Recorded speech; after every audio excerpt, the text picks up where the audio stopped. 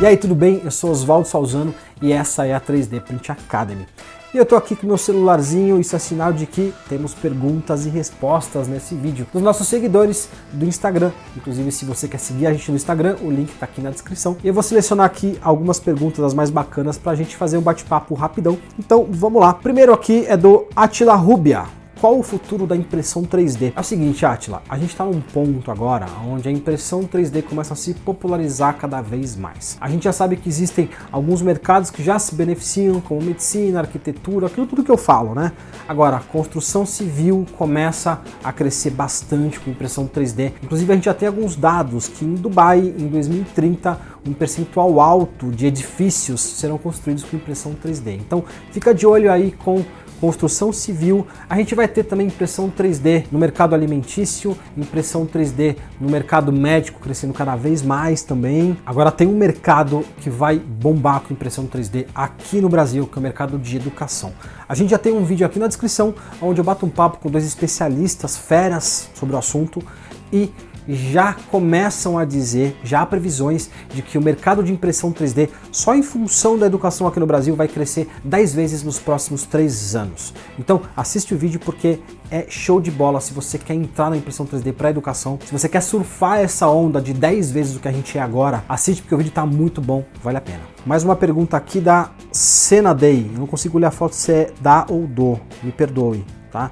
Qual a porcentagem do custo com energia e filamento para uma impressora simples? Eu diria o seguinte, eu diria que 20%, de 20 a 30% do custo de uma impressão 3D fica no material e na energia elétrica. Mas quando você fala do preço final, a hora que você coloca a tua margem, isso representa muito pouco do valor final de uma impressão quando você vai vender um projeto para alguém. Então, na hora que você compõe o teu custo, o que é mais importante, o que é mais caro, o que onera mais, não é o filamento ou a energia elétrica, é o tempo de uso de máquina. Então, fica atento a isso. A gente tem inclusive outro vídeo aqui no canal, o link está na descrição, que a gente ensina um pouquinho como precificar um projeto de impressão 3D. Vale a pena você dar uma olhadinha, tá bem legal também. Outra, Lincoln Beck, ele tá colocando aqui, tá difícil.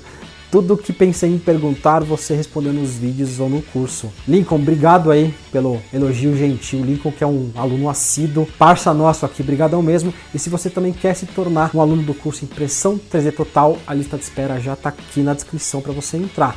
Tá chegando a data de inscrição, fique esperto. Outra pergunta aqui do Vicent Vini. É viável construir uma impressora maior, 1 por 2 metros, e colocar um bico de 1 milímetro, por exemplo? Sim, é viável, mas vamos lá, tem algumas particularidades que a gente tem que observar, tá? Bico de 1.0.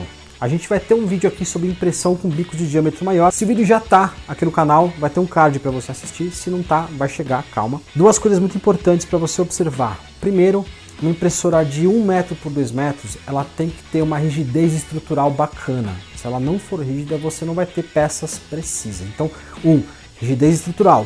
2, você vai ter motores de passos que aguentem o tranco, porque você tem muita massa para movimentar nessa história. Então você vai também, possivelmente, precisar imprimir um pouco mais devagar. Se for uma FDM, tá? Se for uma impressora cartesiana. Mas o projeto, falando de uma maneira bem simplista, é completamente viável sim, tá? Mas, e tem que ter espaço também. Não sei se aqui caberia uma máquina desse tamanho. Outra aqui, Jorge Emiliano. Ele tá perguntando aqui: há algum software que capture melhor ecografia 4D para fazer impressão 3D? Em tese, sim, mas não é da mesma maneira que você converte o Daikon para STL. Dá para usar o 3D Slicer, não é o Slicer que é o fatiador, chama 3D Slicer. Eu vou deixar o link aqui na descrição também. Existem algumas maneiras de você converter ecografia, ultrassonografia 4D para impressão 3D. Mas a questão principal não é nem o formato do arquivo, a questão principal é comercial. Quando a gente fala de ultrassonografia, ecografia, enfim, a gente está falando de formatos proprietários. Cada fabricante tem o seu formato proprietário e não são todos que são disponíveis para você poder converter. Então você vai ter aí uma barreira mais comercial do que técnica. É por isso que a gente não se vê muito ultrassonografia sendo impressas em 3D. Outra pergunta aqui do Agley Song.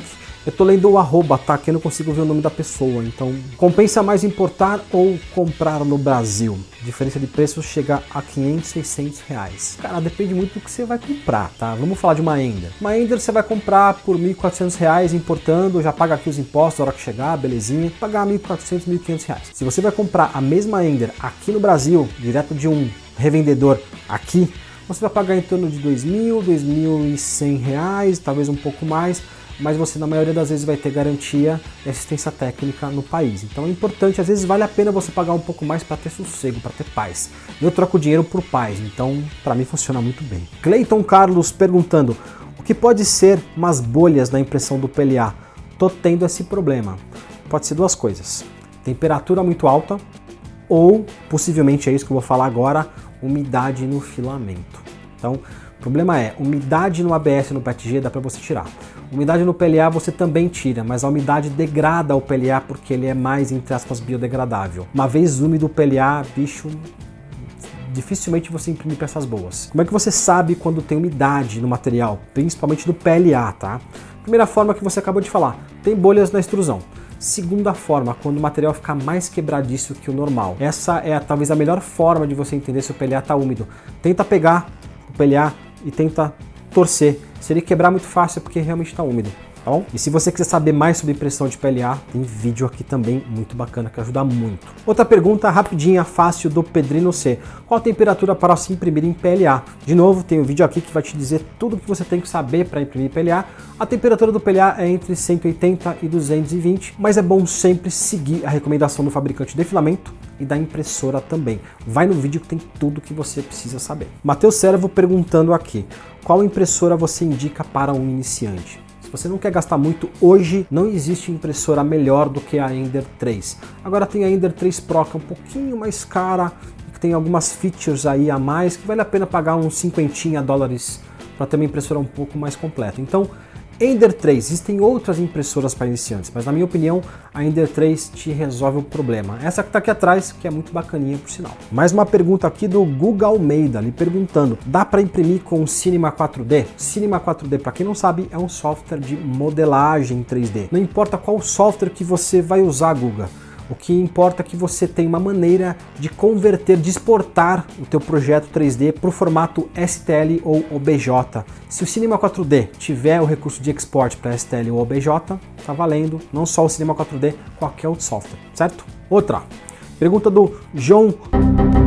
Ô, João, você me ferrou agora, hein? Pergunta do João Holyoak. Aqui não vejo o nome, né? Só vejo o arroba aqui. Como imprimir peças articuladas sem grudar a parte móvel, tá? Trabalha com o fluxo e tenta diminuir um pouco a temperatura. E outra coisa, a primeira camada não pode estar muito grudada, não pode estar muito esmagada na mesa, senão você vai grudar a primeira camada, ela vai grudar a tua peça toda. Tem um vídeo aqui onde eu ensino a fazer alguns Kinder Ovos com brinquedinhos, link tá na descrição também, que dá essa técnica direitinho para você fazer peças articuladas sem que elas fiquem presas. Vai lá que é bem bacana esse vídeo. Mais uma pergunta aqui do Justo Learn. Formas de controlar remotamente a impressora 3D, pagos ou gratuitos. Tem uma forma muito bacana, é a que eu mais gosto, nem indico outras, tá? Octoprint. Octopi com Octoprint, instalado no Raspberry Pi, funciona, tem um monte de vídeo no próprio YouTube gratuito te ensinando a configurar, fica muito legal. Talvez a gente faça um também, se vocês quiserem, deixa aqui na descrição. Quero saber mais sobre o Octoprint. E para terminar,